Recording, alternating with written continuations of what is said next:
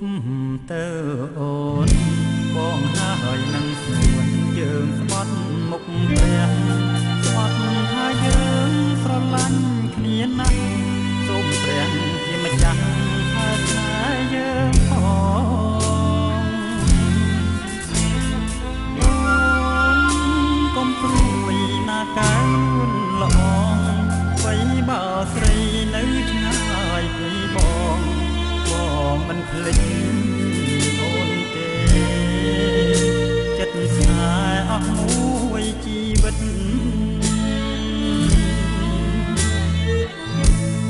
អូនណាហើយកុំព្រួយចិត្តមួយក្លើមួយបងសូមជូនស្រី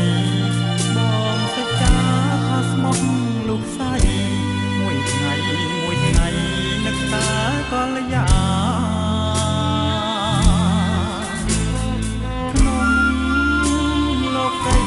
ភ្លេចអ្វីភ្លេចបានតែរូបកាយអលយ៉ាភ្លេចមិនបានឡើយឃើញត្រានត្រើយនៅតែនឹងភ្នែក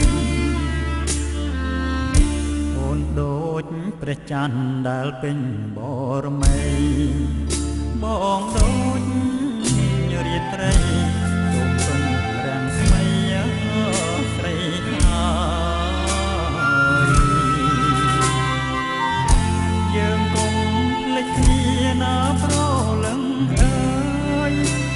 ស្បត់មុខព្រះរួចហើយណៃមួយកាយពីអ្នកណា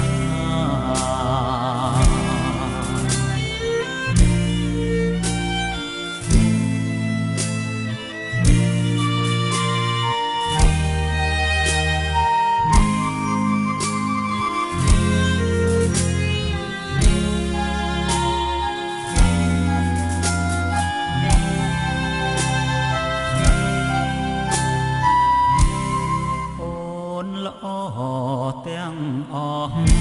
រូបរាងក៏ស្រស់ចិត្តស្មងក៏មានតើឲ្យបងភ្លេចម្ដេចនឹងបានបងស្បត់ប្រាប់មានណាតែពីស្រីសូមយករូបទាំងបីសហើយហើយនឹងព្រះធ្វើជាសាក្សីតែវចរណៃកុំព្រួយអូនជាត្រួយជីវិតបងហើយ